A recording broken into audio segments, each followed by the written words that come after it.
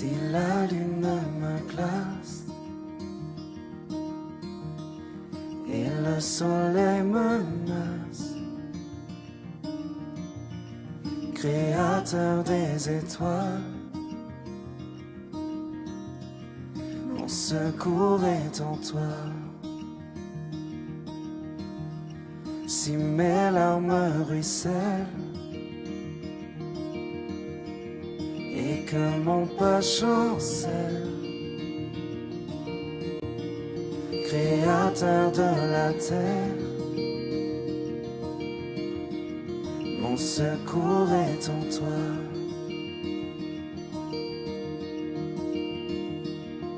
Je lève les yeux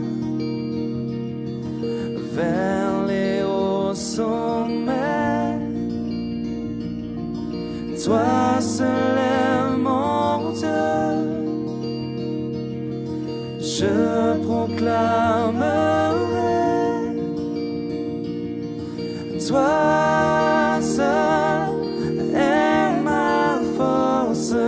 Toi seul me restaure, mon secours est en toi.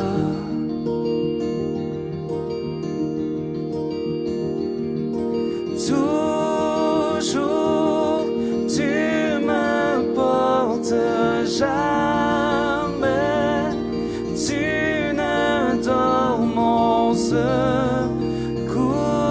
est en toi.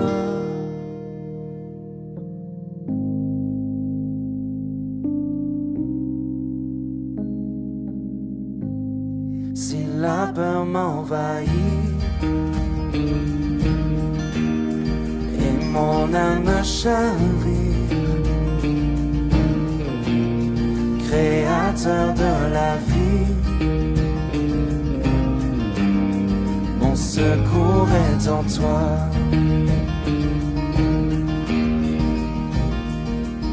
Je lève les yeux vers les hauts sommets. Toi seul est mon Dieu. Je proclamerai. Toi seul est ma force. Toi seul me restaure, mon secours est en toi.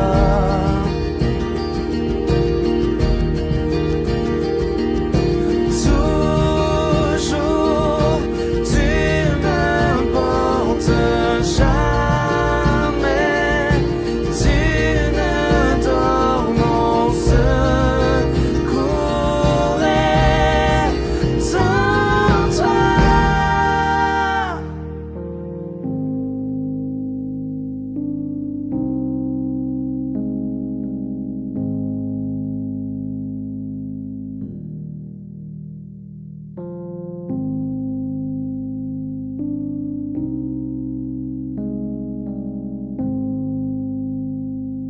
Ta victoire, mon espoir, ton chemin, mon destin, ton salut, mon refuge, tout est en toi. Ta victoire, mon espoir, ton chemin, mon destin, ton salut, mon refuge, tout est en toi.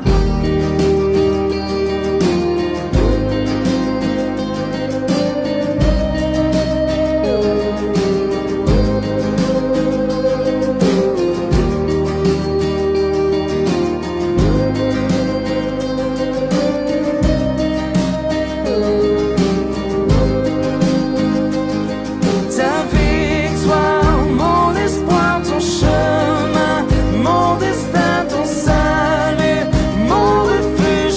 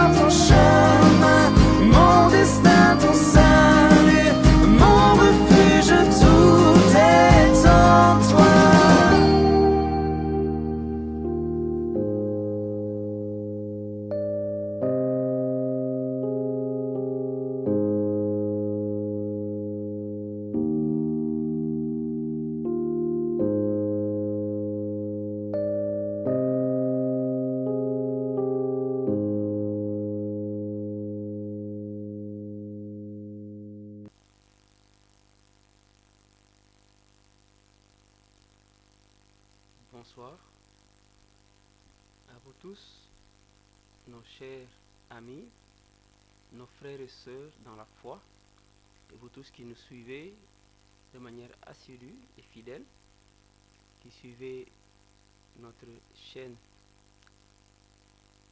Salvation TV, le canal du salut, et qui êtes là avec nous, qui nous accompagnez et qui nous recevez dans vos maisons tous les mercredis. Nous vous disons bonjour, bonsoir. Merci de nous recevoir chez vous pour suivre avec nous cette étude biblique que nous sommes en train de poursuivre sur le thème « Le Fils de l'homme est venu chercher et sauver ce qui était perdu ».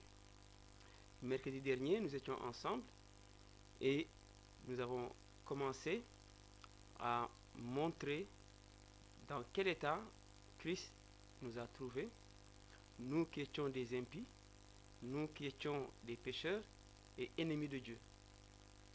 Alors, nous avons encore vu que cet état nous avait renfermés dans la mort, ce que la Bible appelle la mort du péché, parce que comme Dieu avait dit à Adam, le jour où tu mangeras du fruit de l'arbre, tu mourras certainement. Alors, Dieu ne s'est pas seulement contenté de regarder l'homme, de regarder également le péché qui est rentré dans le monde et qui s'est répandu sur toute la descendance adamique, mais il avait promis qu'il enverrait un sauveur, et au temps marqué, comme nous l'avons lu, Christ est venu mourir pour des pécheurs. Alors, nous avons poursuivi notre méditation mercredi dernier et nous avons fini sur cette note tirée de l'évangile selon Luc au chapitre 1er, où nous avons lu le verset 69 quand Zacharie disait que Dieu nous a suscité un puissant sauveur dans la maison de David, son serviteur. Alors, c'est sur cette note que nous avons terminé et nous avons invité à ouvrir vos portes, à ouvrir vos cœurs pour recevoir ce puissant sauveur. D'abord, découvrir ce qu'il a réalisé et accompli pour nous et le recevoir afin d'en bénéficier. Parce qu'il s'agit, pour ce qu'il a accompli, l'œuvre qu'il a accompli, une chose qui est gratuite, qui est donnée gratuitement à tout homme qui est disposé à le recevoir et à l'accueillir. Alors nous souhaitons encore une fois la bienvenue et nous allons nous incliner devant la présence du Seigneur et lui demander de nous disposer pour le partage que nous allons avoir en ce jour. Père éternel, merci pour ta fidélité. Merci de nous instruire continuellement avec ta parole que tu envoies pour guérir les cœurs, pour nous nourrir, afin que nous soyons équipés pour la marche chrétienne, la marche de la foi, et nous conformer parfaitement à Christ. Père, nous te remettons ce temps que nous allons passer ensemble. Nous te recommandons toutes les personnes qui nous écoutent en ce moment en direct, et également toutes les personnes qui écouteront pendant les jours à venir. Nous te prions, Seigneur, de toucher leur cœur, de les atteindre chacun où qu'ils se trouvent et de commencer le processus de transformation pour que les cœurs s'ouvrent et reçoivent Jésus, qui est, comme le disaient les Samaritains, nous savons maintenant qu'il est le sauveur du monde. Amen.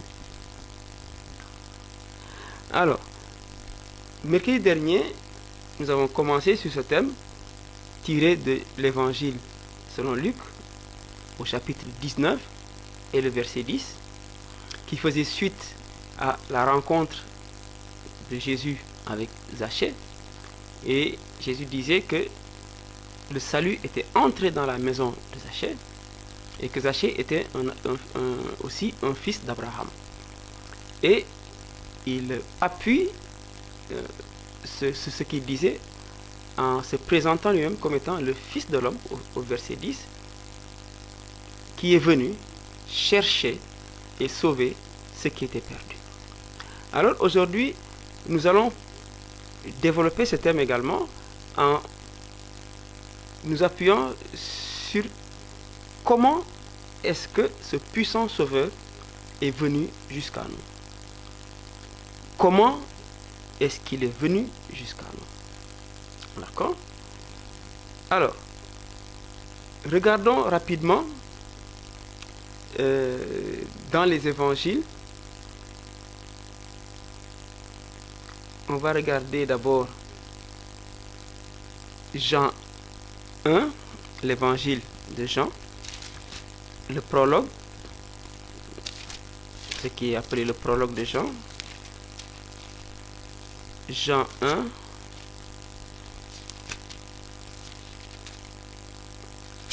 au verset 14. Le verset 14 de Jean nous dit: Et la parole a été faite chair, et elle a habité parmi nous, pleine de grâce et de vérité, et nous avons contemplé sa gloire, une gloire comme celle du Fils unique, venu du Père. Alors dans ce passage, on va d'abord souligner que Jésus est présenté comme le Fils unique. Il est le Fils unique qui est venu manifester une gloire qu'il avait auprès de son Père. Nous le verrons dans Jean 17. Donc quand Jésus faisait sa prière avant d'aller se présenter à la croix, de donner sa vie. Et donc, il est dit ici, nous avons contemplé sa gloire comme la gloire du Fils unique. Alors, comment est-ce qu'il est venu, lui qui était Fils unique, auprès du Père, dans les lieux très hauts, et il nous est dit qu'il est venu jusqu'à nous. Donc, comment il est venu? Ce verset nous dit que lui qui est la parole s'est fait chair, a été faite chair. Et la parole a été faite chair. La parole a revêtu une chair pour devenir semblable à nous. La parole qui était dès le commencement, dont il est dit, il était dès le commencement, il était avec Dieu et la parole était Dieu. Donc, comment il est venu jusqu'à nous? Il a été fait chair. La parole a été faite chair. Jean 1, 14. C'est ce que nous dit Jean 1, 14. Le Fils de l'homme, donc nous les hommes, nous sommes des êtres, n'est-ce pas, qui sont faits de chair. Donc, et la parole, n'est-ce pas, n'avait ni chair ni os. Jésus même le dira à ses disciples au soir de la résurrection, quand les femmes sont venues annoncer aux apôtres qu'il est ressuscité, le tombeau est vide. Jean et Pierre sont rendus au tombeau, ils ont constaté que le tombeau était vide, mais lui, ils ne l'ont pas vu. Et le soir, il les a retrouvés dans la chambre, quand les portes étaient fermées, il s'est retrouvé au milieu d'eux, et ils avaient peur, ils pensaient que c'était un fantôme, n'est-ce pas? Ils pensaient que c'était un esprit, et il leur a demandé: donnez-moi, qu'est-ce que vous avez à manger, n'est-ce pas? Car il disait, un esprit n'a ni chair, ni os. Donc, lui, il était parole, Dieu est esprit, il n'a ni chair, ni os comme nous, mais pour venir jusqu'à nous, il a fallu qu'il devienne semblable à nous, qu'il soit fait chair, qu'il prenne une chair qui est semblable à notre chair, qu'il ait notre aspect, n'est-ce pas? Et c'est ce qui est dit ici dans ce verset de Jean. Et la parole a été faite chair. Et au tout début de ce passage, de ce chapitre de Jean, au commencement était la parole. La parole était avec Dieu et la parole était Dieu. Donc c'est cette parole-là, n'est-ce pas, qui a été faite chair. Et non seulement elle a été faite chair, mais il est dit, et elle a habité parmi nous. habiter dans le sens de venir demeurer. Donc, il a vécu en quelque sorte sur la terre, il a vécu ce que nous avons vécu, il a vécu, n'est-ce pas, il a marché, il a eu des amis, il a eu, n'est-ce pas, des frères, il a eu des sœurs, n'est-ce pas, il a vécu sur cette terre de manière réelle, de manière tangible, et ce n'est pas une histoire donc inventée de toutes pièces. Il a vécu sur cette terre, il a été fait chair et il a habité parmi nous. Donc il y a eu des personnes qui ont vécu avec lui et qui l'ont attesté, comme les apôtres le diront après, nous avons mangé et bu avec lui. Donc il a habité parmi nous. Et il dit, il était plein de grâce et de vérité. Et nous avons contemplé sa gloire, une gloire comme celle du Fils unique, venu du Père. D'accord? Il était auprès de son Père et il est venu du Père. Il est venu du Père des Lumières. Et l'ange avait dit à Marie, le Seigneur Dieu lui donnera le trône de David son Père et il sera appelé Fils du Très-Haut. Il est venu du Père. D'accord? Voilà. Donc, comment il est venu jusqu'à nous? Il s'est fait chair. Il a pris notre condition humaine. N'est-ce pas? Donc, avant de prendre chair, on peut voir comment il était appelé dans Apocalypse 5, verset 5. Il est appelé le lion de la tribu de Juda, le rejeton de David. N'est-ce pas? Le lion de la tribu de David, de Juda. On peut le voir rapidement dans Apocalypse 5. En même temps, vous pouvez prendre vos Bibles pour, n'est-ce pas, ouvrir et voir ces passages, les lire de vous-même. Apocalypse 5, verset 5, il est dit de lui, n'est-ce pas, qui est devenu semblable à nous avant ce qu'il était auprès de son Père. Et l'un des vieillards me dit, ne pleure point, voici le lion de la tribu de Juda, le rejeton de David, a vaincu pour ouvrir le livre et ses 7 sceaux. D'accord? On parle ici de son aspect, n'est-ce pas, de règne, de puissance, d'autorité, de domination, et il est identifié à un lion. Et vous savez que le lion ne peut pas être facilement attrapé et amené facilement à être sacrifié. Donc il a fallu qu'il quitte cette puissance de lion pour devenir comme un agneau. N'est-ce pas? Un agneau qu'on peut attraper, comme dit Ésaïe, il était semblable à un agneau qu'on mène à l'abattoir.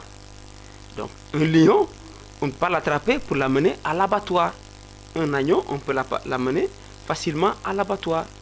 Il dit qu'il était comme un agneau, n'est-ce pas, qui était muet. Il ne parlait pas, il ne s'est pas plaint. Donc il s'est laissé attraper et amener, n'est-ce pas, au sacrifice de la croix. Donc il a fallu qu'il se dépouille de sa puissance, de la gloire dont il était revêtu, parce qu'on ne peut pas attraper, n'est-ce pas, ce lion-là et le mettre à mort si facilement. Donc il a fallu qu'il quitte sa gloire, n'est-ce pas? Et Jean 17, verset 5 nous donne une indication dans ce sens. Jean 17, verset 5.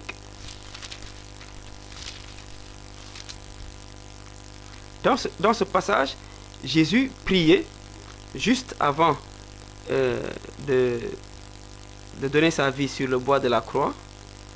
Jésus priait et disait,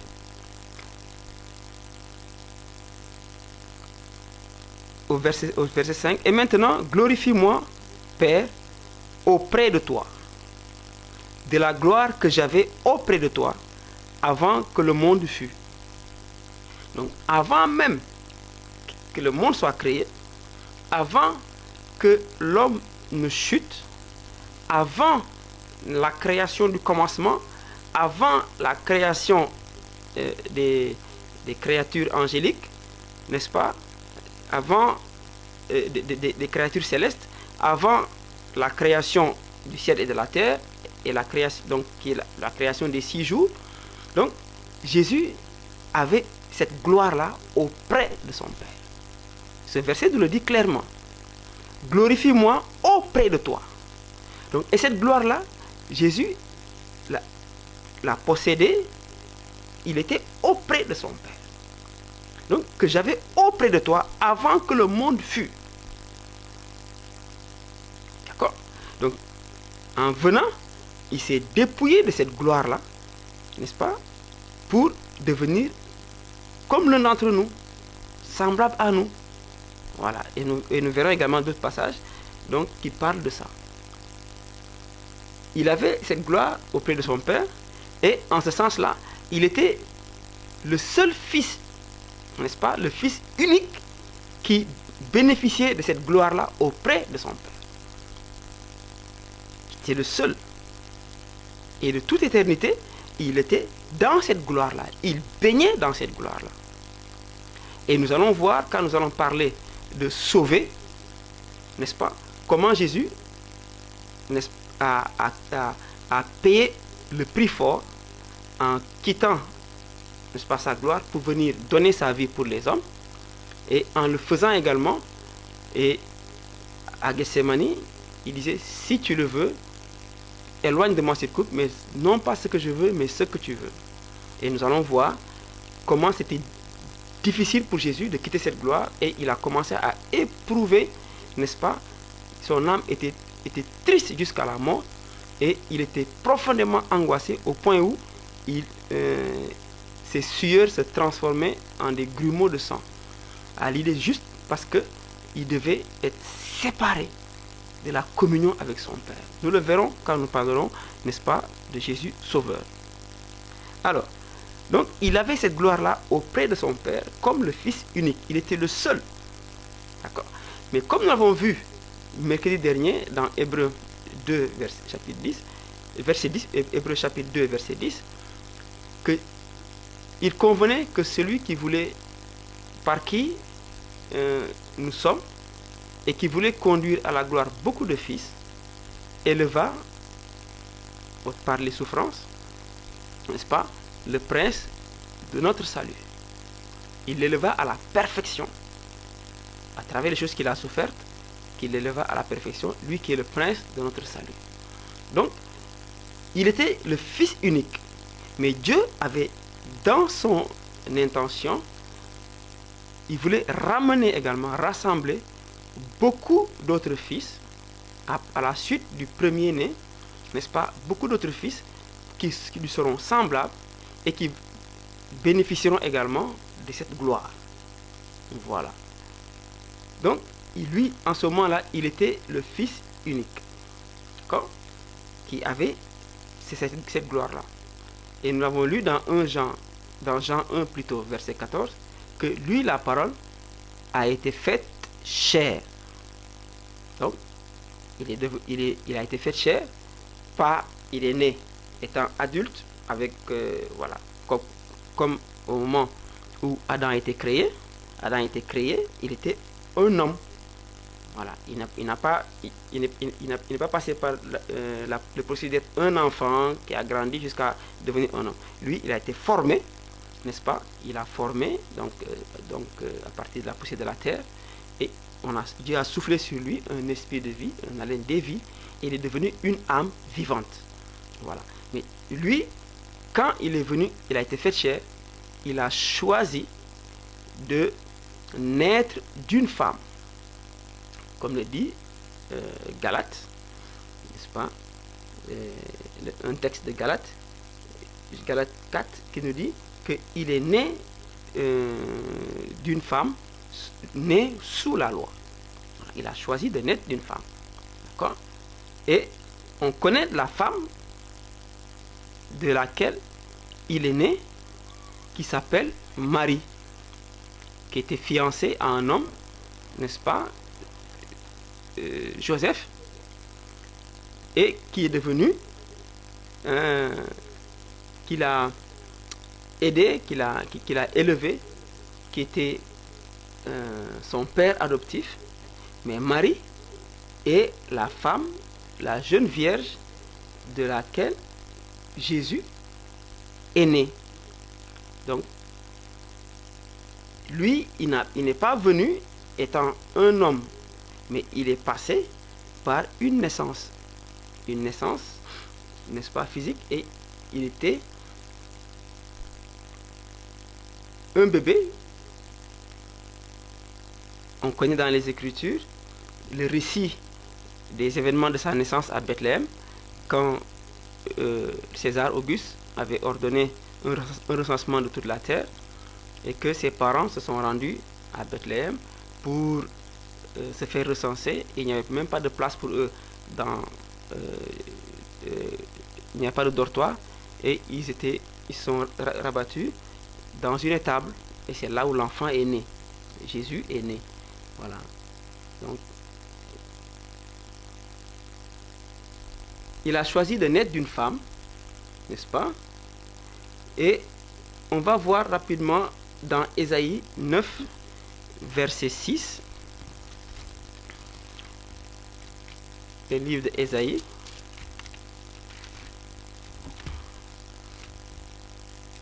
Ésaïe 9.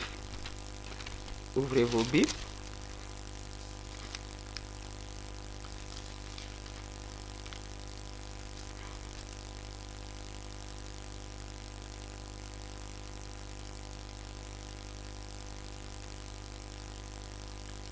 Car un enfant nous est né, un fils nous est donné, et l'empire est sous son épaule. On l'appellera l'admirable, le conseiller, le Dieu fort, le Père d'éternité, le prince de paix. Ça, c'est la version Osterval.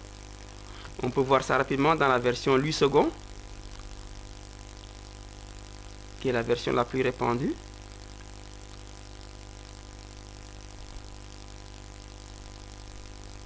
Ésaïe 9 et le verset 6. Car un enfant nous est né, un fils nous est donné, et la domination reposera sur son épaule. On l'appellera admirable, conseiller, Dieu puissant, Père éternel, prince de la paix. Alors, on avait vu dans Luc 1, verset 69, Dieu nous a suscité un puissant sauveur. Et dans ce passage, on dit un enfant nous est né, et on l'appellera admirable, conseiller, Dieu puissant, Père éternel, prince de la paix. On revoit ici que Christ, en venant dans le monde, il est venu sous la forme d'un enfant. Comme nous tous, nous sommes nés, mais avec la particularité que, pour lui, il est né d'une femme, et non pas d'un homme et d'une femme. Il est né d'une femme. C'est ce qui est précisé dans les Écritures. D'accord? Parce qu'il est dit, Marie était fiancée à Joseph, mais avant que Joseph ne la prenne chez lui, n'est-ce pas? Elle avait conçu, elle était déjà enceinte par la vertu du Saint-Esprit. Donc, Jésus n'est pas né de l'union de Joseph et de Marie. De la même manière également, il n'est pas né de l'union de Marie et du Saint-Esprit, de l'union charnelle. Il n'y a pas eu pour son cas union charnelle. Il est né d'une femme. Il y a certaines versions répandues, n'est-ce pas? On peut comprendre que quand on dit que Jésus a pris chair de la Vierge Marie. La Bible ne dit pas qu'il a pris chair. Parce que quand on dit il a pris chair, c'est comme si je dis je prends quelque chose, n'est-ce pas, de. Donc j'ai pris ce qui appartenait, n'est-ce pas, à la personne. Mais l'Écriture dit clairement que la parole a été faite chair. Donc il n'a pas pris. Donc il y a une différence, il y a une nuance. Donc il faut qu'on soit clair à ce niveau. Donc d'où il n'a pas pris chair à partir de ce que Marie avait à donner.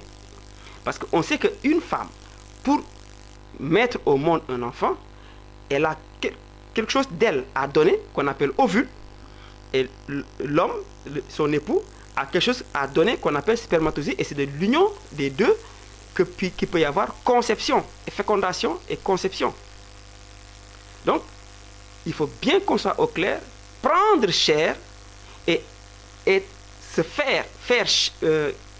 qu'il a été fait chair, c'est différent. C'est totalement différent. N'est-ce pas? Lui, c'est la parole qui crée dès le commencement, n'est-ce pas? Donc, par la puissance de Dieu, par la vertu du Saint-Esprit, n'est-ce pas? Il a pris chair, mais dans le sein de Marie. Donc, ce n'est pas l'ovule de Marie qui a été fécondé. Ça, il faudrait qu'on soit très clair sur ça. Sinon, si il a reçu de l'ovule de Marie, donc il aurait été souillé par le péché de Adam, n'est-ce pas? Le péché, donc par le péché de Adam qui a touché toute l'humanité, n'est-ce pas?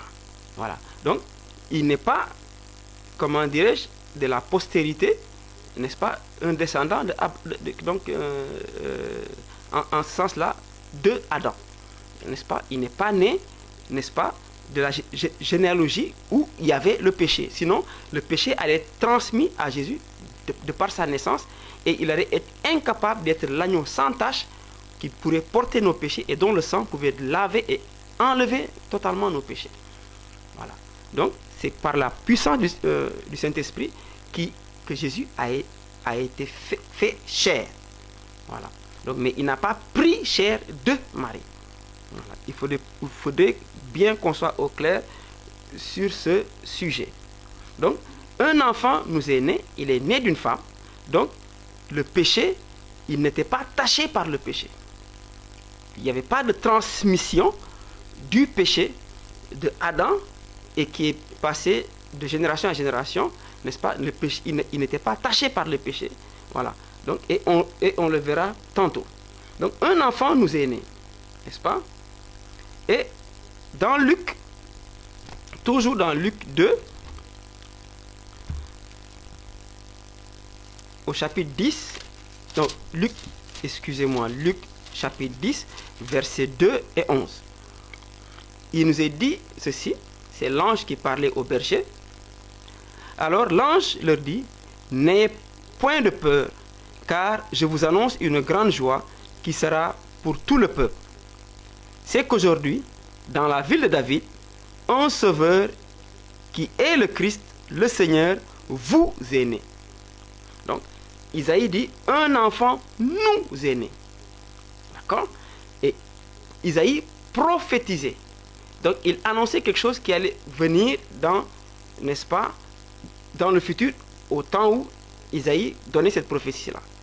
Mais l'ange maintenant annonce que maintenant l'enfant vous est né. À vous, maintenant l'enfant qui était annoncé vous est né. Et dans la maison de David, hein, c'est lui le Christ, le Seigneur. Et on dit de lui, un enfant vous est né, un sauveur.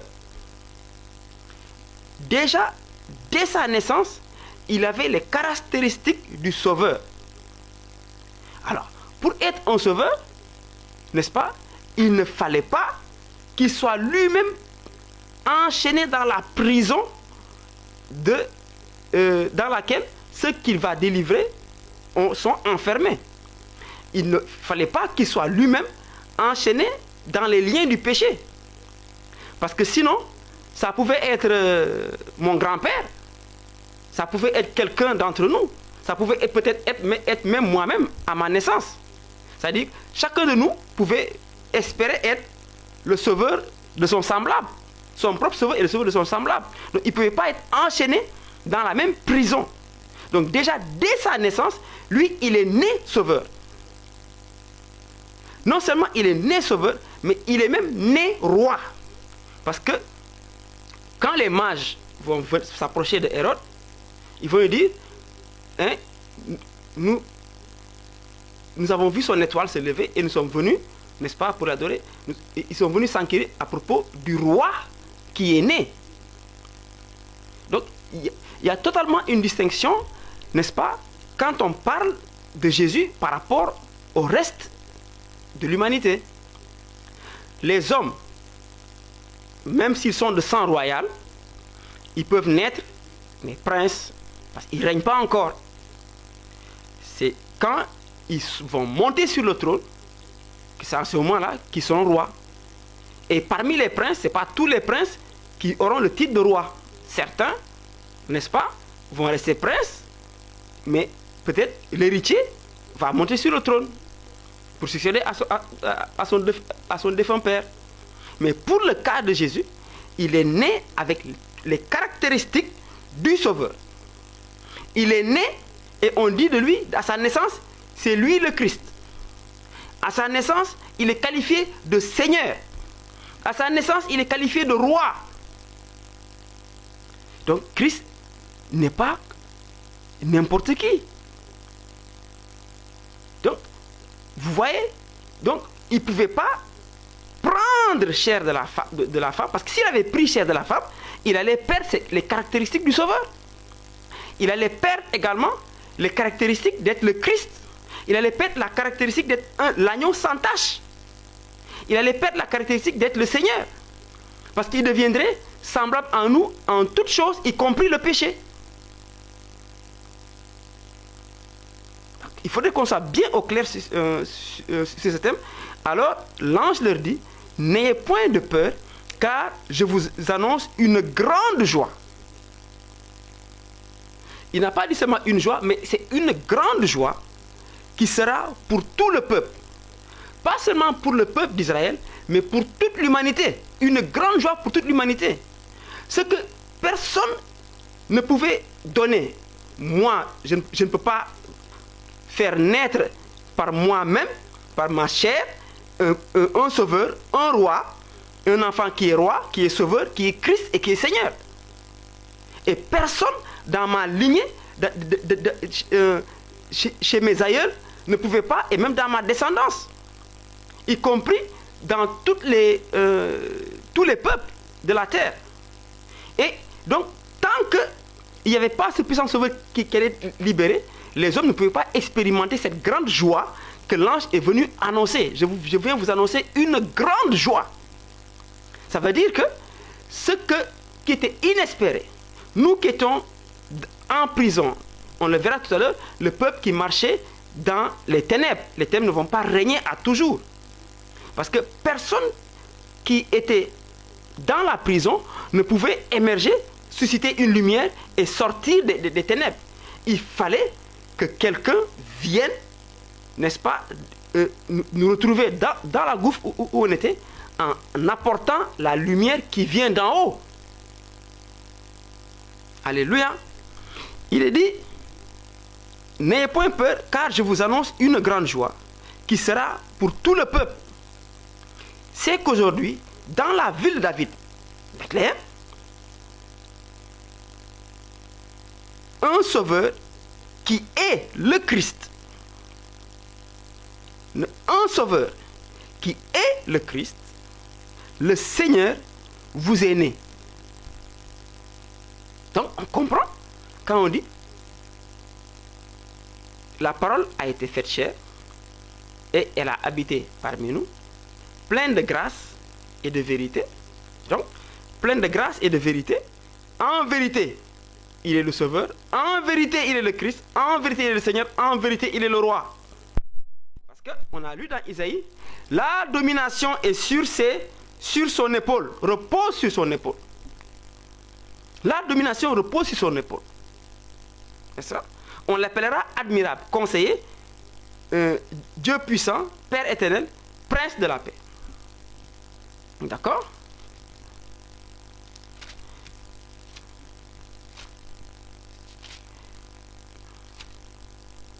Alors, pour confirmer ce que nous avons dit, on va regarder ce que les mages, n'est-ce pas, ont dit, ont demandé à Hérode. L'évangile de Matthieu, au chapitre 2. Il est dit ceci. Jésus étant né à Bethléem, c'est confirmé dans la ville de David, de Judée, au temps du roi Hérode, des mages d'Orient arrivèrent à Jérusalem et dirent, où est le roi des Juifs qui est né? C'est clair? Le roi qui est né. Donc, il était roi. Il est roi de toute éternité. Et ce roi-là est né. Donc, il avait toutes les caractéristiques, n'est-ce pas? Il a gardé toutes les caractéristiques. Et Éphésiens, donc plutôt Colossiens 2, versets 9 et 10. Regardons-le. N'est-ce pas? Nous sommes dans une étude, n'est-ce pas? On fouille, on regarde dans les Écritures pour vérifier ce qu'on est en train de dire.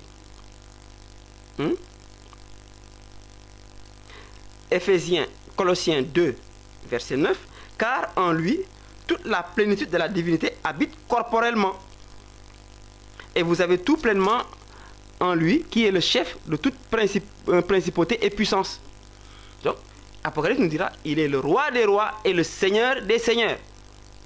En lui, corporellement, habite toute la plénitude de la divinité. Donc, il avait toutes les caractéristiques de l'admirable conseiller, Dieu puissant, Père éternel, Prince de la paix. Il n'y avait aucune tache de péché en lui. Donc, il faudrait bien qu'on soit clair sur ça. Donc, ce n'est pas le Jésus qu'on dit qu'il a pris chair d'eux. Non. Ce n'est pas le Jésus également qu'on appelle enfant de Jésus. Ce n'est pas le Jésus qu'on dit un Jésus commun. Non. C'est le roi puissant, le sauveur, le Christ, n'est-ce pas, le Seigneur. Je pense que ce verset-là est assez clair sur ce sujet. D'accord? Et donc, c'est lui qui s'est fait chair, et la Bible dit, il est devenu semblable aux hommes. Semblable aux hommes. Il a pris notre ressemblance. Donc, il est devenu notre parent. Et nous allons voir qu'il a pris notre sang. Parce que Dieu, la parole n'a pas de sang à verser. Et pour faire l'expiation, il fallait que le sang soit versé. Mais un sang pur, un sang qui n'est pas taché par le péché, l'agneau sans tache. Et nous allons voir quand nous allons parler du salut, comment l'agneau, n'est-ce pas, du sacrifice, était soigneusement examiné. Et s'il y avait même un petit défaut, l'animal était disqualifié pour le sacrifice. Donc, il était semblable à nous. Philippiens 2, verset 7. Regardons. La lettre de Paul aux Philippiens, le chapitre 2, et le verset 7 nous dit, mais il s'est dépouillé lui-même. Dépouillé, ça veut dire quoi? Il a enlevé son vêtement. Et nous allons le voir mercredi prochain, comment il a enlevé la plus belle robe pour nous revêtir, nous qui étions nus. D'accord? Mais il s'est dépouillé lui-même, ayant pris la forme de serviteur, devenant semblable aux hommes. Semblable, identique à l'aspect. Semblable aux hommes. D'accord? Il est devenu semblable aux hommes. Et revêtu de la figure d'homme, il s'est abaissé lui-même en se rendant obéissant jusqu'à la mort, même jusqu'à la mort de la croix. D'accord? Ça, c'est la version observable. Dans Louis II, il est parlé d'aspect. ici il dit, est revêtu de la figure d'homme, semblable à nous. Donc, la ressemblance, quand on fait la comparaison, on regarde le visage premièrement. Par exemple, on dit, l'enfant ressemble à sa mère, ou bien l'enfant ressemble à son oncle, à son grand-père, mais on regarde d'abord le visage, avant de voir maintenant donc, la forme du corps. Donc c'est pourquoi ici il est dit, hein, il a revêtu, n'est-ce pas, la figure d'homme. Et nous allons voir, quand on va voir traiter le système Jésus Sauveur, que ce visage même, n'est-ce pas, va être défiguré à la croix. N'est-ce pas? Parce que quand l'homme a péché, l'homme a perdu, n'est-ce pas, sa ressemblance à Dieu. Et donc Jésus qui est devenu semblable à nous, il a même perdu la ressemblance à nous pour que nous puissions retrouver maintenant notre ressemblance à Dieu. Nous le verrons quand nous parlons de Jésus Sauveur. Alors, qui dans Louis II, il dit, afin de montrer dans les... Non, je suis à Éphésiens là, Philippiens plutôt. Voilà. Il s'est dépouillé lui-même en prenant une forme de serviteur et devenant semblable aux hommes, comme on a dit, ayant paru comme un simple homme, il s'est humilié lui-même, se rendant obéissant jusqu'à la mort, même jusqu'à la mort de la croix. N'est-ce pas? Voilà. Donc, il s'est dépouillé, il est devenu semblable à nous. Premièrement, Philippiens 2, verset 7. Hébreux 2, versets 17 et 18. Hébreux 2, versets 17 et 18 va parler également de la ressemblance, n'est-ce pas, de Christ à nous qui sommes ses frères. Il dit, c'est pourquoi il a fallu qu'il devint semblable en toutes choses à ses frères. Il faut bien retenir, Jésus, il dit, il a fallu qu'il devint semblable en toutes choses à ses frères. En toutes choses, il devait être semblable à nous. Le visage d'homme, c'est pourquoi il s'est présenté le Fils de l'homme. Il est venu en tant qu'homme, avec l'aspect d'un homme. Semblable en toutes choses. Il a un sang, il a des os, n'est-ce pas? Hein? Il a vécu notre condition humaine en toutes choses, afin qu'il fût un souverain sacrificateur, miséricordieux et fidèle dans les choses de Dieu pour expier les péchés du peuple. Voilà la grande nouvelle. Ce n'est pas seulement le fait qu'il soit né, mais il est né en tant que sauveur Christ et Seigneur, en tant que roi, et pour être l'agneau qui va expier par son sang les péchés du peuple. C'est pourquoi le peuple doit être dans la grande joie. Parce que quand les péchés sont expiés, le peuple maintenant sort de son esclavage, sort des ténèbres, sort de la domination de l'ennemi, de la puissance des ténèbres, pour connaître la liberté et la réconciliation avec Dieu. Donc il a fait la purification des péchés pour expier les péchés du peuple. Donc s'il était déjà entaché par le péché, il allait être incapable d'expier les péchés du peuple. Donc Jésus est celui qui enlève ton péché. Il est le seul qui peut expier ton péché. Il est le seul, n'est-ce pas, qui est la bonne nouvelle que tu dois entendre. Il est le seul que tu dois recevoir avec une joie. Parce qu'il est le seul libérateur, c'est lui le puissant sauveur. Mais son salut te communiquera la joie d'en haut. La Bible dit, il y a plus de joie pour un pécheur qui se repent, qui se convertit, que pour, n'est-ce pas, 99 justes qui n'ont pas besoin de se repentir. Donc, Jésus veut que tu réalises qu'il est le puissant sauveur qui est venu pour toi, pour moi, pour nous tous qui formons, n'est-ce pas, le peuple, c'est-à-dire l'humanité.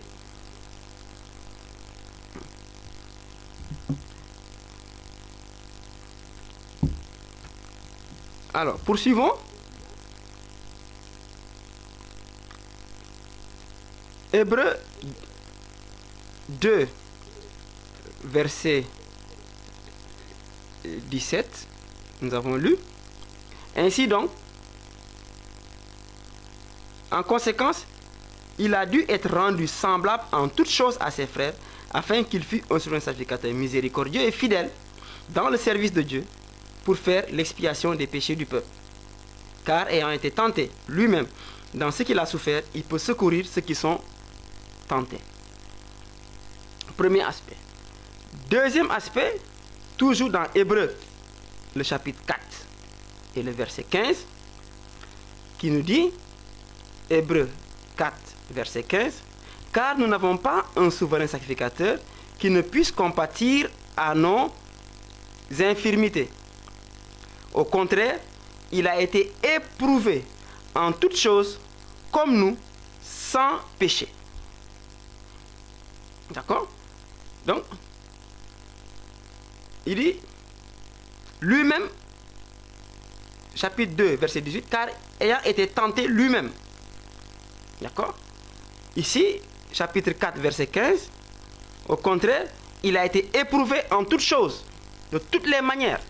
Donc l'ennemi l'a éprouvé, l'ennemi l'a tenté, l'ennemi a essayé, n'est-ce pas, d'entacher sa vie avec le péché. Il a essayé de l'amener à la désobéissance, de l'amener même à l'adorer.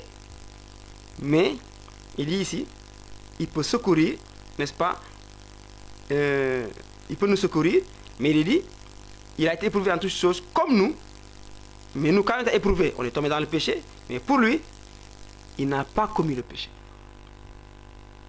Nous sommes tombés dans le péché et non pas lui. Donc on peut dire qu'il a été semblable à nous en toutes choses, sauf le péché. D'accord? Car nous n'avons pas un souverain sacrificateur qui ne puisse compatir à nos faiblesses. Au contraire, il a été tenté comme nous en toutes choses, sans commettre de péché. Sans commettre de péché. Jésus est le seul qui n'a jamais péché. Le seul homme qui a marché sur cette terre-là, qui était semblable à nous, mais le seul en qui il n'y avait point de péché. Lui-même, il le dira, le diable vient, mais il n'a rien en moi. Rien de lui n'est en moi. Et on avait vu, mercredi dernier, que le péché ne se trouvait nulle autre part que dans le diable lui-même. Parce qu'il a été intègre, tu as été intègre depuis le jour que tu fus créé, jusqu'à ce que l'iniquité fut trouvée en toi. Donc, et c'est cette iniquité-là qu'il a inoculée à Adam et à Ève et qui est répandue jusqu'à nous. Mais en Jésus, il n'y avait rien qui appartenait au diable, c'est-à-dire le péché qui était en lui. Donc, il n'a jamais commis le péché. C'est pourquoi le diable l'a tenté pour qu'il tombe dans le péché, afin qu'il échoue à sa mission. Voilà l'objet de la tentation du diable. Parce que en lui, il n'y avait rien de faux, il n'y avait rien du diable. Et il suffisait que Jésus se prosterne devant le diable pour qu'il lui appartienne. Comme Adam, en désobéissant, est devenu la propriété. Donc, il a appartenu au diable. Et c'est pourquoi on a dit que, comme on a dit la dernière fois, nous sommes les enfants de la rébellion. Vous comprenez? Voilà. Donc, il n'a jamais commis de péché. Jamais. Aucune association, aucun lien avec le péché. Donc, Hébreux 4, verset 15. N'est-ce pas? On va voir un autre passage dans 2 Corinthiens. 2 Corinthiens, je crois que c'est 5, versets 17 et 18.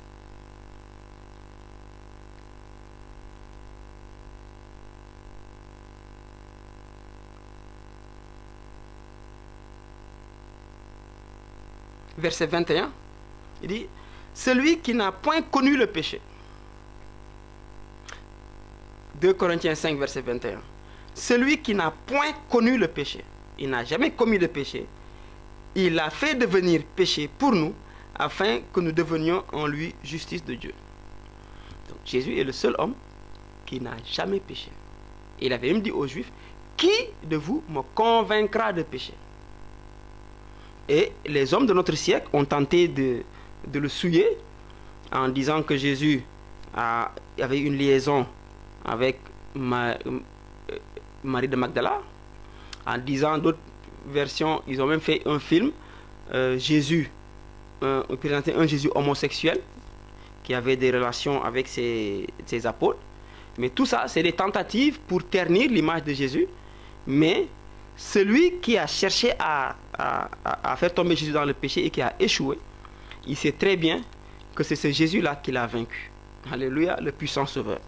Aujourd'hui, on peut dire de faux témoignages sur lui, mais la vérité demeure immuable que le diable a été vaincu par la mort de notre Seigneur Jésus-Christ. Gloire à Dieu. Alléluia. Alors, donc, il n'a jamais connu le péché. Alors, donc, c'est lui-là qui n'a jamais connu le péché, qui est devenu semblable à nous pour un but bien déterminé. Il s'est présenté dans le thème que nous avons énoncé. Le Fils de l'homme est venu chercher et sauver ce qui était perdu. Le Fils de l'homme. Donc, celui qui vient chercher, il vient secourir. Et Hébreu 2, 16, va nous donner, n'est-ce pas, une indication très claire par rapport à ça. Il dit, car assurément, il n'a pas secouru des anges. Le diable fait partie des êtres célestes, de la catégorie des anges. Donc, Jésus n'est pas venu pour le secourir, lui, de son péché qui était en lui. Ce n'est pas lui qui est venu secourir. Ni les démons également qu'il a entraînés dans sa rébellion. Donc, il est clairement dit, car assurément, il n'a pas secouru les anges. Toujours le même passage dans Hébreu 2 nous dit, car assurément, ce n'est pas à des anges qu'il vient en aide. Le Fils de l'homme est venu, le verbe venir, il vient en aide, il vient chercher et sauver. Donc ce n'est pas à des anges qu'il vient en aide. Sa venue n'est pas pour des anges, mais il est venu pour des hommes. Quand je parle d'homme, c'est pas de l'humanité. Toi et moi. Quelle que soit ta nationalité, quel que soit ton peuple, nous avons vu mercredi dernier que le péché n'est pas raciste. Que le péché est la seule chose qui n'est pas raciste, qui est universelle et qui est répandue chez tous les peuples, toutes les nations, tous les hommes de la terre. Toi qui m'écoutes, le péché, n'est-ce pas, a pouvoir sur toi. Donc Jésus est venu pour toi, il t'est venu en aide. Et cette bonne nouvelle que l'ange a annoncée, tu ne dois pas l'ignorer. C'est une bonne nouvelle qui doit te donner la joie pour te délivrer des liens du péché et t'épargner de la damnation éternelle. Alors, il dit, ce n'est point à des anges, il ne secourt pas des anges, mais il a secouru la postérité d'Abraham. La postérité d'Abraham, c'est-à-dire, il est venu, son secours n'a d'effet que chez ceux qui sont identifiés à la foi d'Abraham et à la justice d'Abraham. Il parle ici de la postérité d'Abraham, il ne parle pas de la postérité d'Adam. Il est parlé ici de la postérité d'Abraham. Parce que c'est en Abraham que Dieu, n'est-ce pas, il dit, en toi seront bénies toutes les familles de la terre. En toi et en ta postérité. C'est-à-dire que Abraham a cru et cela lui fut imputé à justice. Ça veut dire quoi? Donc, il vient secourir toute personne qui va mettre sa foi en lui et en son œuvre. L'œuvre est accomplie. Le don est là. Mais c'est par la foi que je reçois le don de Jésus. Si je ne crois pas, la mort de Jésus ne me sert de rien. Même si il est mort pour que mes péchés soient pardonnés. Mais je n'ai pas reçu par la foi. C'est pourquoi il est question d'ici, il secourt la postérité d'Abraham.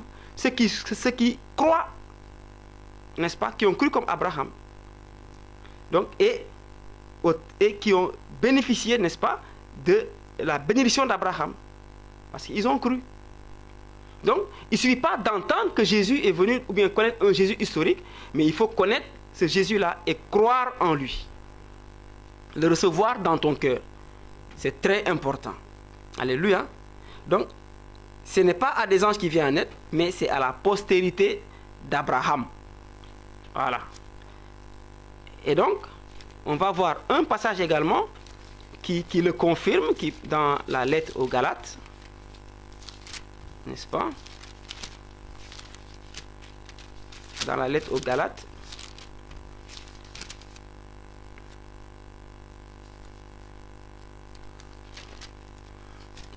au chapitre 26, je crois.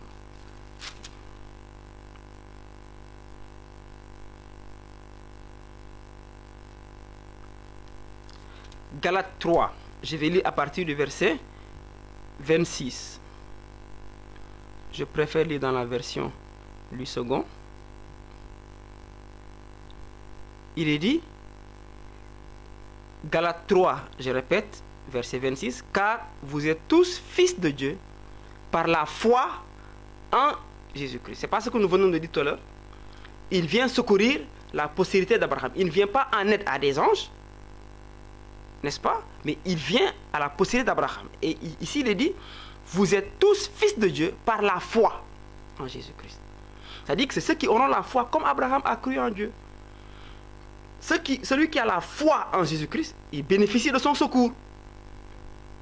Donc celui qui ne croit pas, il ne peut pas bénéficier de ce secours-là. Voilà la différence.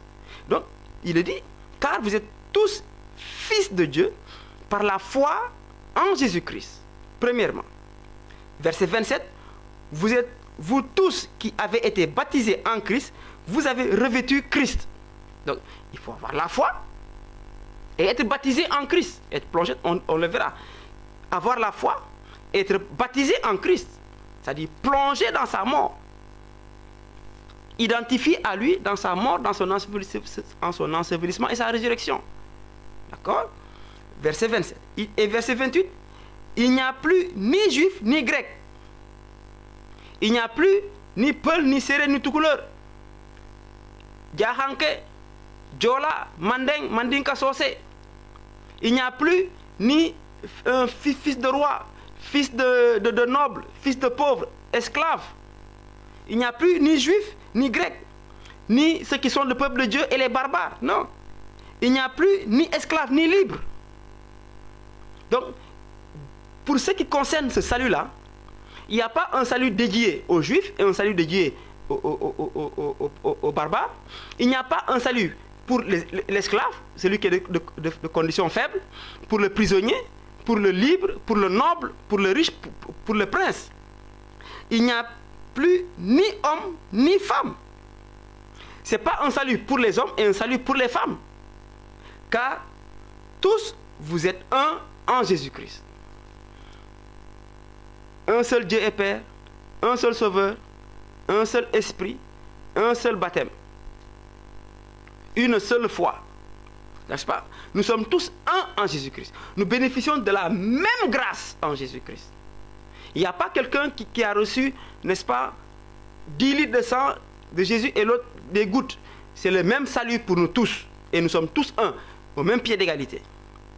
Et le verset 29 dit, et si vous êtes à Christ, c'est-à-dire vous êtes enfant de Dieu par la foi en Jésus-Christ, vous avez revêtu Christ, c'est-à-dire avoir maintenant la ressemblance de Christ. Parce que lui, il a pris notre ressemblance pour nous donner sa ressemblance à lui. Donc, revêtir Christ, c'est ce que ça veut dire. Donc, on a revêtu sa pureté, sa gloire, sa sainteté, n'est-ce pas, sa justice, n'est-ce pas? Et il n'y a plus de distinction, n'est-ce pas? C'est un seul homme nouveau. On est tous réunis en un seul homme nouveau. Nous le verrons dans Éphésiens 2. Les deux, il en a fait un seul.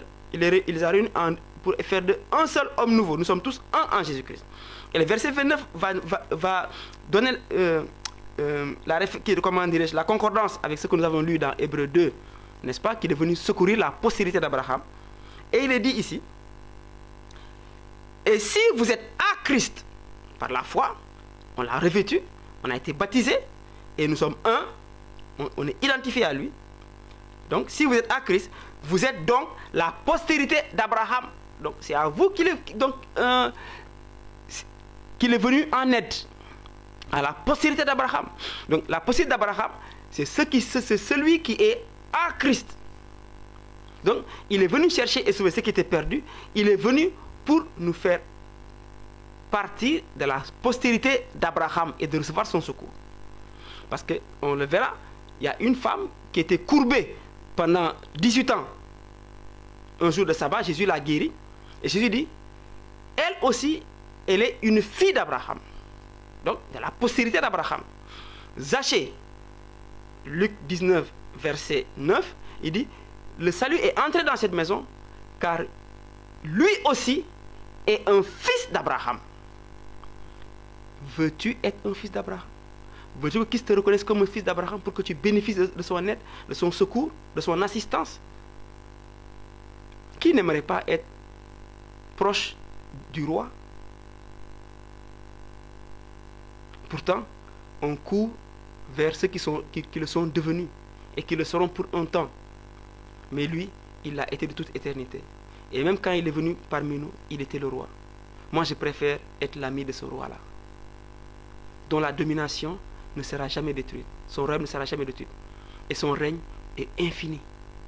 Je voudrais être ami de ce roi-là, être proche de ce roi-là, être son proche parent, lui appartenir, afin qu'il me fasse bénéficier de sa gloire éternelle. Voilà la bonne nouvelle qui t'est destinée. Alors, il dit, vous êtes donc la postérité d'Abraham, héritier selon la promesse. Il y a un héritage qui t'est destiné. Et tu ne peux l'avoir qu'en Christ. Voilà le don de Dieu. Donc, il dit, nous sommes la postérité d'Abraham. Jésus nous vient en aide. Alors, toujours, les raisons pour lesquelles Jésus se présente comme le Fils de l'homme. D'accord? Toujours dans Hébreux 2, on va remonter. Parce qu'on a lu 17-18, on a lu 16. Maintenant, on va remonter à partir du verset 14. Hébreux 2, n'est-ce pas? Ainsi donc, Hébreux 2 à partir du verset 14, ainsi donc, puisque les enfants participent au sang et à la chair. Donc, quand on dit enfants de Adam, n'est-ce pas? On se reconnaît tous par la chair et par le sang. N'est-ce pas? Notre chair n'est pas semblable à la chair des moutons. Notre sang n'est pas semblable au sang des lions. Mais nous tous, quelle que soit notre race, nous avons le même sang. Nous avons tous le même sang. C'est la Bible qui le dit. On va regarder Actes des Apôtres, Acte 17. C'est-à-dire que on dit les choses, n'est-ce pas?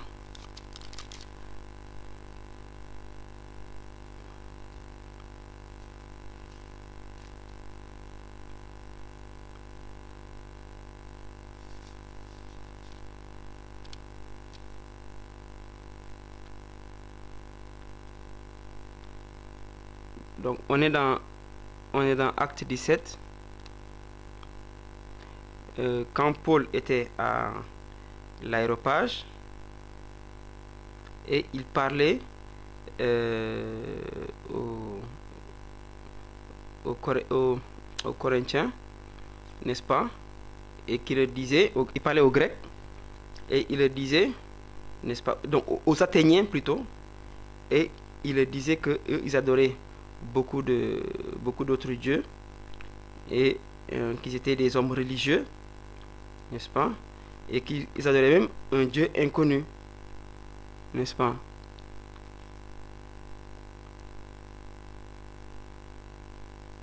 Le verset 26, Acte 17, verset 26, n'est-ce pas?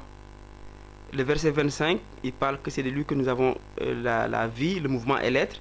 Et le verset 26, il a dit, et il a fait d'un seul sang toutes les races des hommes, pour habiter sur toute la face de la terre, ayant déterminé la durée précise et les bornes de leur habitation.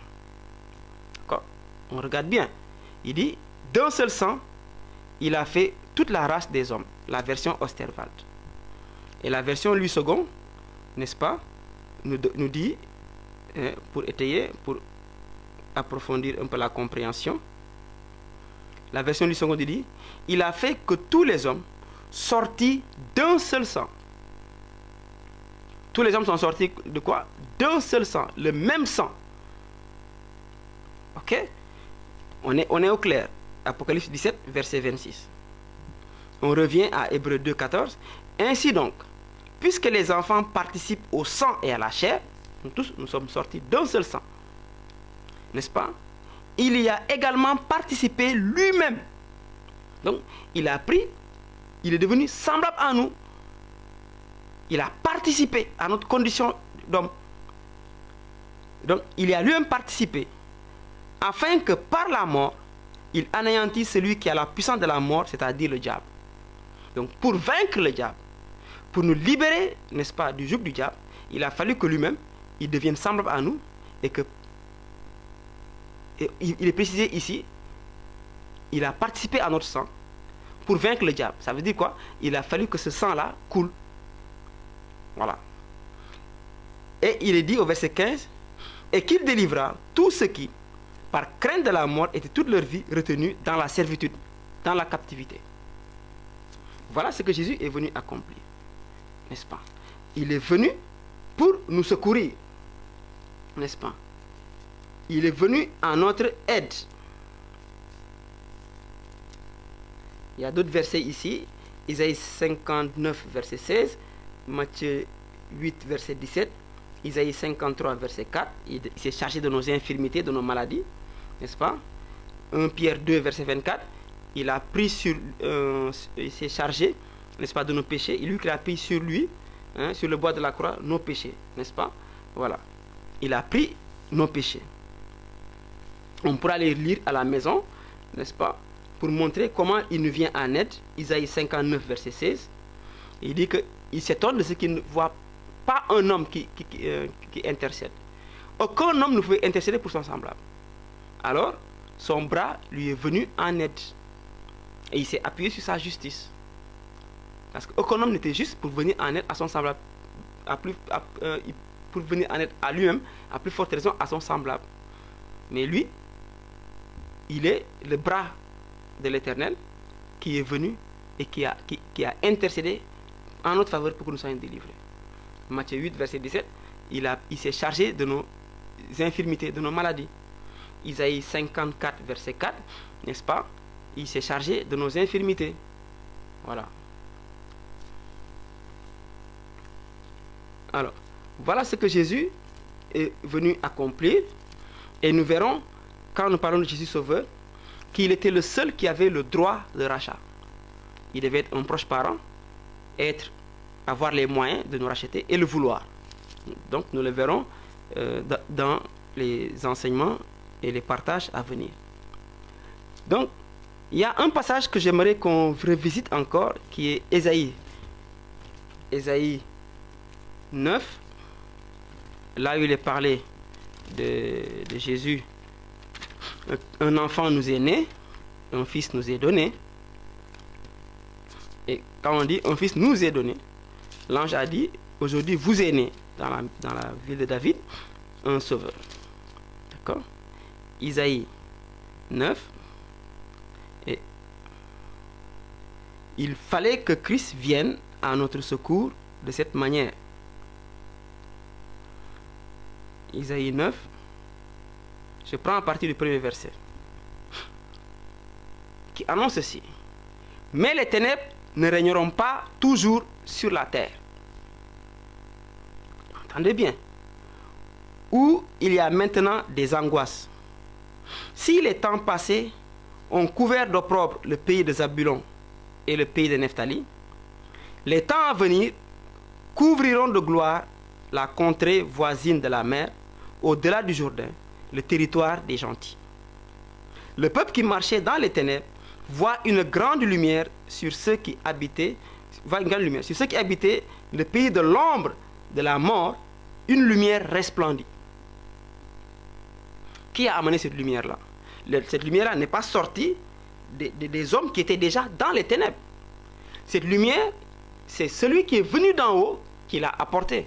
Comme nous dit Jean, en lui était la lumière, et la lumière était la vie des hommes. Donc c'est lui qui a apporté cette lumière-là. Mais quand il est venu, il est né dans le territoire, n'est-ce pas, de Zabulon, de Nephtali, n'est-ce pas, qui a vu se lever une grande lumière. C'est pour ce que les mages ont dit, nous avons vu son étoile, nous avons vu sa lumière et nous sommes venus l'adorer. L'étoile annonçait une seule chose, que la lumière est venue visiter la terre. Il est venu nous visiter. C'est ce que Zacharie a dit, que béni soit le Dieu de notre Père qui visite et rachète son peuple. Une visitation et un rachat. Donc il est venu. Donc en vertu desquels l'astre venu d'en haut nous a visités. Grâce aux entrailles de miséricorde de notre Dieu, en vertu desquelles l'astre venu d'en haut nous a visités. C'est lui qui est venu avec la lumière. Et Isaïe dit, les ténèbres ne régneront pas toujours sur la terre. Les ténèbres du péché, le règne du diable. Donc, les ténèbres de l'éloignement de Dieu. On a vu la dernière fois que Adam, quand il a péché, il allait se cacher. Il allait lui-même se jeter dans les antres des ténèbres. Il allait se jeter dans les ténèbres. Il allait se cacher pour s'éloigner de la lumière de la gloire de Dieu. Mais vous voyez que Jésus, quand il vient chez nous, pour habiter avec nous, il apporte la lumière. Et la Bible dit ici, les ténèbres ne régneront pas toujours. Donc jusque-là, les ténèbres ont régné. Mais quand la lumière est descendue, les ténèbres ont été vaincues. Et tout cela, Dieu l'a fait gracieusement pour toi. Vas-tu préférer garder tes ténèbres au lieu de t'ouvrir à cette lumière? Tu peux simplement dire, Jésus, tu dis que tu es la lumière du monde. Éclaire ma vie. Et tu verras, Jésus va s'inviter chez toi. N'est-ce pas? Donc, il est parlé d'ici que Jésus, il visite.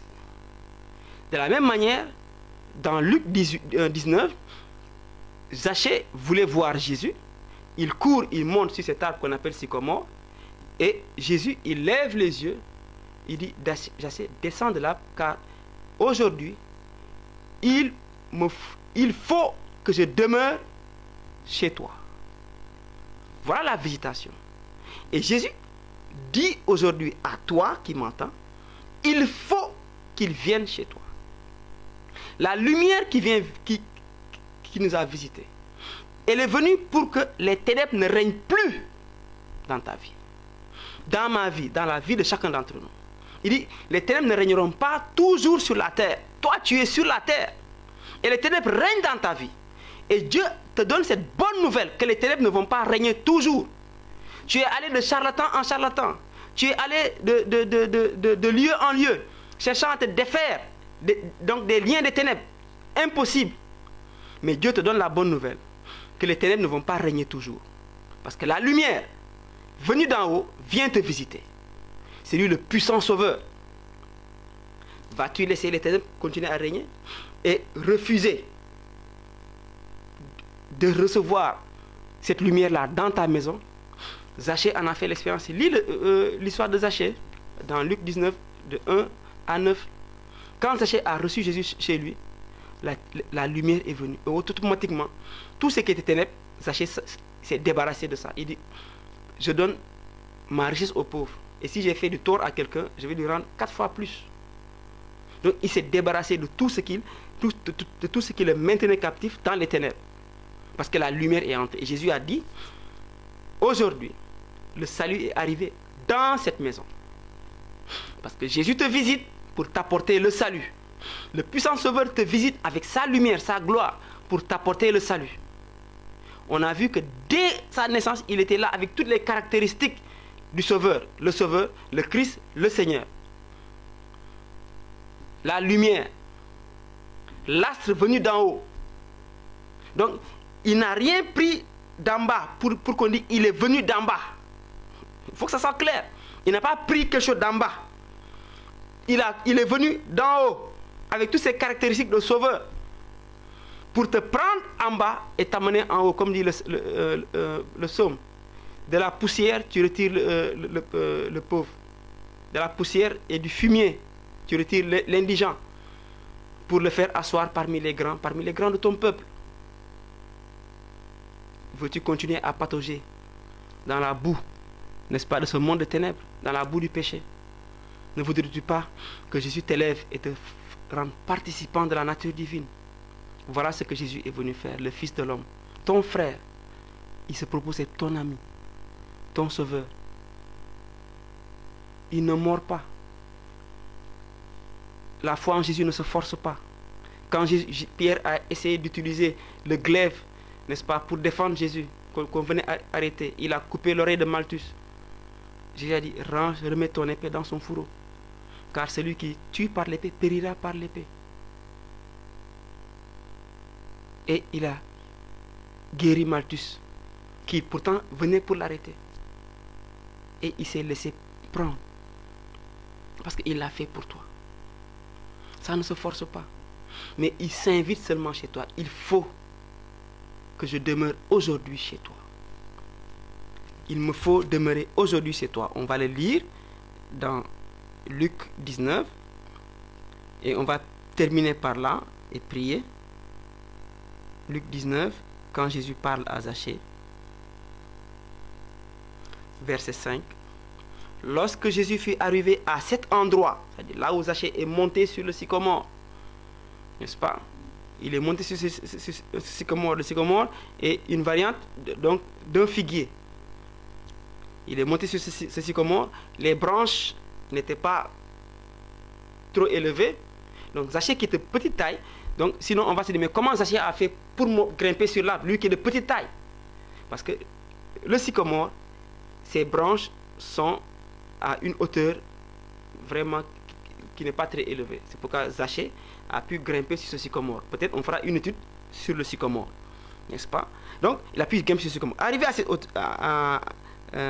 à cet endroit, lorsque Jésus fut arrivé à cet endroit, il leva les yeux et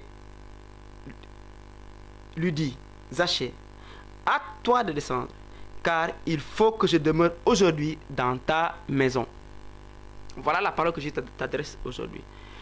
Hâte-toi de te mettre à disposition, parce qu'il faut aujourd'hui que je demeure chez toi, que je demeure dans ton cœur, si tu veux me recevoir, pour y apporter la lumière, pour y apporter la délivrance.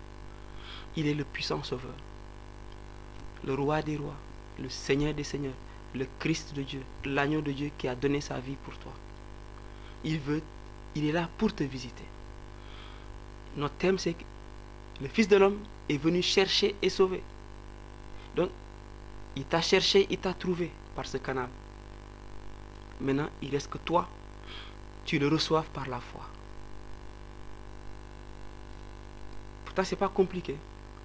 Si tu sens que c'est impossible et c'est difficile quand on parle de foi, Jésus te dit seulement de faire une seule chose. Seigneur, je veux bien croire, mais viens où se augmente en moi la foi. On a vu ce passage dans la Bible. Augmente en moi la foi. Demande-lui de mettre en toi la foi. Et tu ne vas pas le regretter, mon ami, mon frère, ma soeur. Alors, aujourd'hui, Jésus veut demeurer chez toi. Vas-tu le recevoir? Moi, je ne peux rien faire pour toi. Même si je connais quelques passages de la Bible. Je ne connais pas tout. Mais je ne peux rien faire pour toi. Chaque jour, chaque mercredi, vous nous recevez chez vous. Au travers de votre téléphone, de votre tablette ou de votre ordinateur. Mais moi, je ne peux rien faire pour vous. Celui qui peut faire quelque chose pour toi, c'est Jésus, c'est le puissant sauveur. Reçois-le dans le secret de ton cœur. Il n'est même pas besoin que moi j'assiste. Parce que c'est toi qui l'es venu chercher. C'est toi qui l'es venu chercher. Il n'est pas venu chercher quelqu'un d'autre. C'est toi qui l'es venu chercher. Il ne faut pas dire, non, prends d'abord l'autre. Et prends d'abord l'autre. C'est toi qui l'es venu chercher. C'est toi qui l'es venu visiter. Il compatit à tes faiblesses. Il sait que tu croules sous le poids de tes péchés. Et c'est toi qu'il veut délivrer. Voilà ce Jésus qui est venu, de la manière dont il est venu. Il n'est pas semblable à Adam, qui a péché. Mais lui, il n'a jamais commis le péché. Et il est le seul qui, par son sacrifice, nous a rachetés pour Dieu. Et Jésus a payé le prix de ton rachat. Nous le verrons dans les enseignements qui vont suivre. Alors, je veux seulement remercier le Seigneur et vous inviter à vous joindre à moi dans cette prière en disant: Père éternel, la bonne nouvelle a été annoncée aux pauvres, à l'humanité, et tu as permis en ce temps marqué que j'entende cette bonne nouvelle, que ton ange a qualifié une grande joie. Le Sauveur, le Christ, le Seigneur est venu nous visiter. Père, aujourd'hui, comme Zachée, je veux descendre de mon arbre, je veux descendre de mes sycomores, je veux descendre de mes places élevées. Je veux juste t'ouvrir mon cœur pour que tu viennes demeurer dans ma maison. Oui, Seigneur, je désire que tu viennes me visiter. Toi qui es la lumière, l'astre venu d'en haut, viens me visiter. Oui, Jésus, je veux te recevoir. Je veux croire en toi. Augmente en moi la foi. Seigneur, révèle-toi à moi. Je veux te connaître, être ton ami, ton frère, te revêtir, être la postérité d'Abraham. Oui, Jésus, c'est à cette postérité que tu es venu en aide. Et je veux crier au secours. Oui, Jésus, aie pitié de moi. Viens me secourir. Sauve-moi. Transfère-moi des ténèbres à ton admirable lumière, pour que je ne sois plus un enfant, un fils de la rébellion, mais que je sois un enfant de Dieu, que je devienne concitoyen des saints, que je fasse partie de ta maison. Oui, Jésus, toi seul peux le faire, et je crois que tu le fais maintenant, en ce moment. Amen.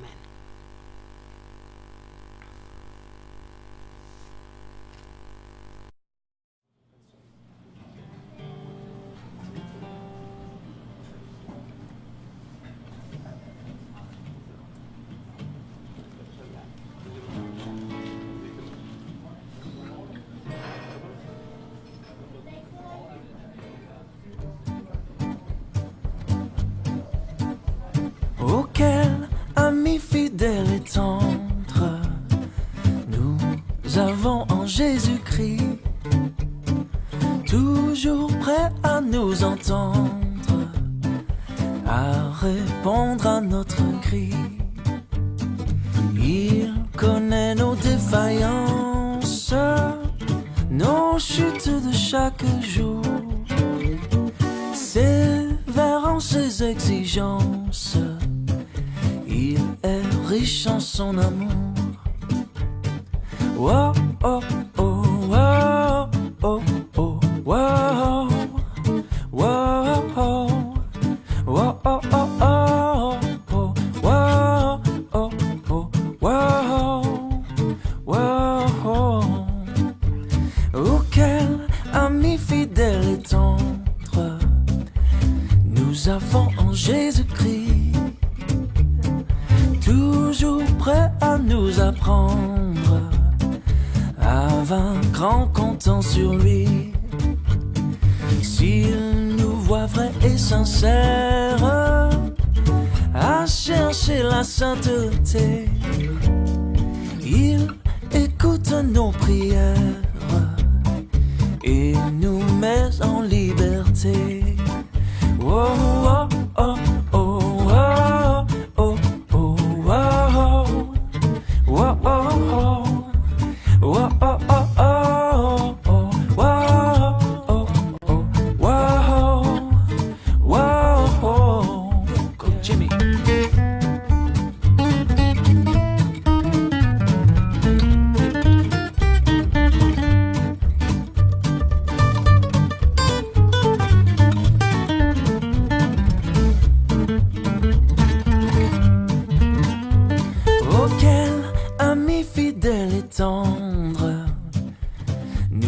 avant Jésus-Christ.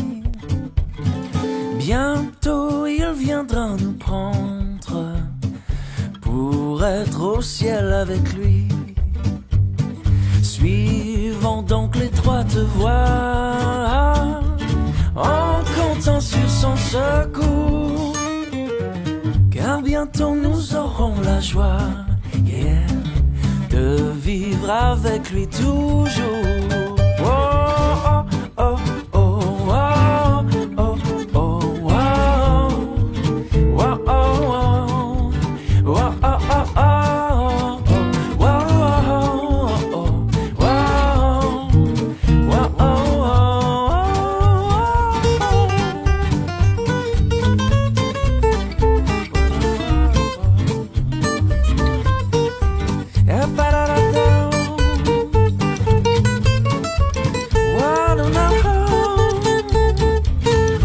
Ba ba ba ba.